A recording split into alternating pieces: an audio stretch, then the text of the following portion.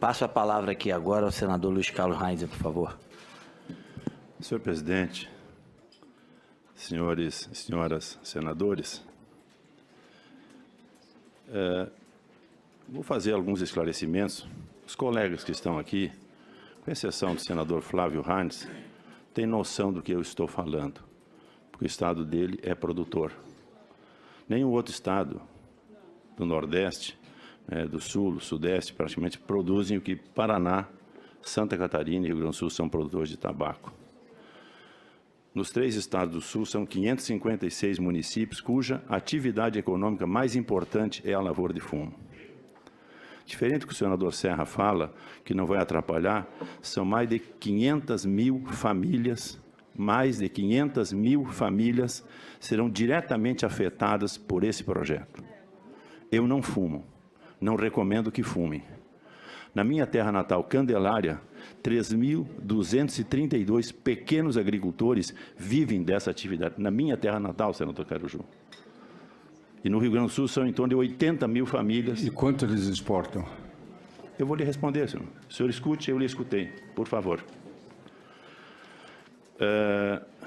Nós temos hoje, nesses municípios, essa atividade está no Brasil há mais de 100 anos. Eu gostaria que as senhoras e senhores procurassem saber, nos municípios, os tipos de terras que esses produtores plantam, íngremes, nos morros, nas montanhas, conseguem plantar essa atividade e viver decentemente, com 3 a 4 hectares, é a área média da lavoura de fumo, de 2, 3, 4 hectares. O senador Flávio Arnes conhece o que eu estou falando. Não são lavouras extensas. Alguém fala que nós podemos substituir essa atividade. E fala na Convenção Quadro. A China é o maior produtor mundial. China. O Brasil é o 2º produtor. A Índia é o 3º produtor. O Zimbábue é o 4º produtor. Estados Unidos, o 5º produtor. O Brasil é o maior exportador mundial. O Brasil é o maior exportador mundial. Sobre a Convenção Quadro, que o senador Humberto Costa falou, o senador Serra falou, nenhum país adotou a Convenção Quadro. E quando dizem que eu posso substituir essa atividade, que o programa do governo Lula, do governo Dilma, tentaram mudar, não conseguiram fazer isso. Essa atividade é uma atividade rentável. Quem conhece a agricultura, como eu conheço, há mais de 40 anos que eu trabalho nessa área, como técnico agrícola, como ginásio agrícola, como engenheiro agrônomo, estudei quase 20 anos, quer dizer, estou há 60 anos praticamente nessa atividade. No Brasil, senador Zenaide, 3.775.000 famílias vivem como miseráveis. Miseráveis. 360.000 no norte do país, 2.149.000 no nordeste do país, 216.000 no centro-oeste, 572.000 no sudeste e 477.000 no sul do país. Sabe qual é a renda média dessas famílias? No Brasil é R$ 5.149.000 ano. R$ 5.000 ano. Isso não dá isso dá meio salário mínimo mês. Por que esse pessoal não migrou com os programas que o Lula, que a Dilma fizeram quando o Brasil fez a Convenção Quadro? Por que, senador Serra? Por que não fizeram isso? Largaram a atividade fumígera. Sabe quanto é que ganha um produtor de fumo? Em média, R$ 50.000 ano. R$ 50.000. Porque eu tenho um negócio rentável, eu não largo um negócio rentável para fazer o quê? Plantar chuchu, melancia, abóbora, abacaxi, arroz, qualquer coisa. 3, 4 hectares não mantém uma família. Se as senhoras e senhores conhecessem a região que eu venho, do Rio Grande do Sul, ou vai em Santa Catarina, ou vai no Paraná, essas pessoas vivem decentemente. Tem uma casa de material, tem uma antena parabólica, tem internet, tem filho na faculdade. 3, 4, 5 mil por mês é a renda dessas famílias. Vivem decentemente. Tira essa atividade, não tem problema. Vão ser mais miseráveis que nós vamos ter no Brasil, com a força da expressão. Com a força da expressão. Eu sou do ramo. Eu conheço o que eu estou falando. Vai plantar arroz. O pessoal meu está quebrado. 30.000 famílias plantam arroz no Rio Grande do Sul, Santa Catarina e Paraná. Ontem, a notícia que o presidente Bolsonaro abre mais a importação de trigo dos Estados Unidos, mata mais produtor de trigo. Então, essas atividades é o que eu peço atenção das senhoras e dos senhores. Nós estamos matando uma atividade econômica. Nós já acabamos Nós temos hoje 150 mil famílias que plantam fumo. Plantam fumo nos 3 estados do Sul, fora Arapiraca e Cruz das Almas, na Bahia. Plantam fumo para lá. Tem 40 mil famílias que trabalham nas indústrias de tabaco. Entre os pontos de venda, o caminhãozinho que busca o fumo na lavoura, enfim, assistência técnica, tem mais de 2 milhões de pessoas envolvidas nesse processo. Mais de 2 milhões. Senador Serra, isso não tem problema, é só 25%, sim, 25% é 500 mil famílias, 500 mil famílias. Quando foi feito projetos aqui, nessa casa, no Senado e na Câmara, proibindo a propaganda do cigarro na televisão, no jornal, no rádio, não se faz mais propaganda. Sabe o que aconteceu, senador Cajuru? Vossa Excelência, que é da imprensa. Hoje, 46 bilhões de cigarros são consumidos no Brasil legais, dessas empresas. 54 é o consumo clandestino, contrabando, que era 25 bilhões. Quando essas leis foram aprovadas, a carga tributária é mais de 80% em cima do tabaco brasileiro, cigarro brasileiro. Quando você agora aumenta a carga tributária e diminui a propaganda, entrou o cigarro clandestino. O Paraguai é o maior exportador de cigarro para o Brasil, maior exportador. Teve aqui outro dia o presidente do Paraguai, eu disse a ele, e o ministro lá, que era o tipo chefe da Polícia Federal dele, por favor, nos ajude nesse processo aqui. Eu sei que de lá vem esse cigarro contrabandeado. Pasmem, as senhoras e senhores que estão nos ouvindo aqui. Quem financia o PCC é o tráfico do cigarro, é o tráfico de drogas e é o tráfico de armas. Está tudo interligado. Quantos bilhões isso aqui fatura? Tá bom. Então nós vamos agora proibir mais ainda, tirar mais gente, digamos assim, da atividade. Não tem problema. Agora, nenhum país do mundo produtor, nem os Estados Unidos, nem a Índia, nem a China, nem o Zimbábue, ninguém fez a lei que nós temos aqui. Não tem problema. Vocês acham que agora vão proibir uma lei, aqui vai proibir? A droga é proibida? Não estão usando droga, qualquer tipo de droga aqui no Brasil. Portanto, ela existe. Vocês acham que vão terminar com o cigarro só por lei, senador Serra? Quando Vossa Excelência foi candidato a presidente, eu fiz campanha para Vossa Excelência. Vossa Excelência perdeu para Dilma em 2010. Eu fiz campanha e Vossa Excelência fez esse documento para mim. Porque na minha região, que eu trabalho, fiz campanha para Vossa Excelência, eu dizia, o Serra não vai trabalhar contra o cigarro, contra o fumo. Eu me enganei, senador. Eu me enganei. Vossa Excelência mentiu para mim e mentiu para aqueles eleitores que votaram no senhor. Eu não faço isso. Portanto, eu só apelo para as senhoras e para os senhores que estão presentes nesse momento. Eu vou lhe dar a resposta depois, o senhor pode falar. Que nós passamos para o terreno dos insultos quanto à questão de mentira. Eu não ganhei a eleição, como é que Vossa Excelência pode afirmar que fiz isso ou fiz aquilo? Vossa Excelência poderia ficar no nível do argumento. Eu não imaginava que a sua paixão pelo fumo e a sua defesa dos interesses da indústria do cigarro o levassem a ponto de agredir seus colegas que sempre o trataram com cortesia. O senhor fez um documento que eu espalhei para prefeito, vereador, cada município que eu fiz campanha, que o senhor não prejudicaria a lavoura de fumo. Foi isso que eu fiz. É absoluta verdade. Não é verdade. As medidas que eu adoto estão relacionadas com a demanda, não com Marcelo Moraes. Está aqui um deputado federal, filho do Sérgio Moraes. Vossa Excelência era deputado estadual, seu pai era deputado federal e a Kelly Moraes era prefeita da cidade de Santa Cruz. Lembra disso, Marcelo? Vocês faziam campanha para Dilma, eu fazia campanha para o Ceará. Lembra disso, Marcelo? Esse moço é deputado federal de Santa Cruz do Sul, da região fumageira. Isso aconteceu lá na região fumageira. Assim ou não foi, Marcelo?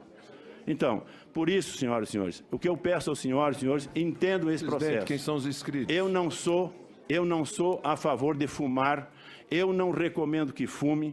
Agora, num momento que o Brasil tem 13 milhões de desempregados, eu jogar 500 mil pessoas na vala da rua é um problema. Se alguém acha que nós vamos proibir isso aqui, e de uma certa forma nós vamos inverter o fato, vamos parar de fumar, não tem problema. Vai vir cigarro dos Estados Unidos, vai vir cigarro da China, vai vir cigarro de qualquer país, e até do Paraguai, como já entrou hoje. Repito, eram 25 bilhões de cigarros que nós recebíamos aqui no país contrabandeado.